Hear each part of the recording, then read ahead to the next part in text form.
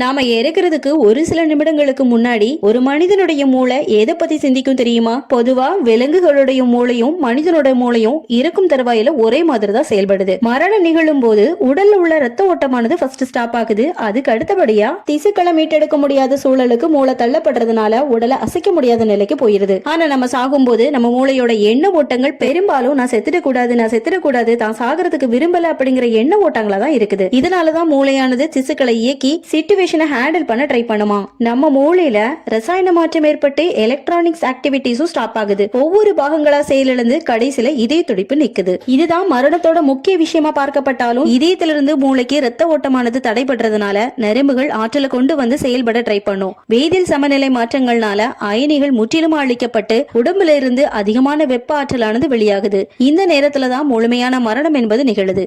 இத பத்தி நீங்க என்ன நினைக்கிறீங்கன்னு மறக்காம கமெண்ட்ஸ்ல சொல்லுங்க. தேங்க்ஸ் ஃபார் வாட்சிங்.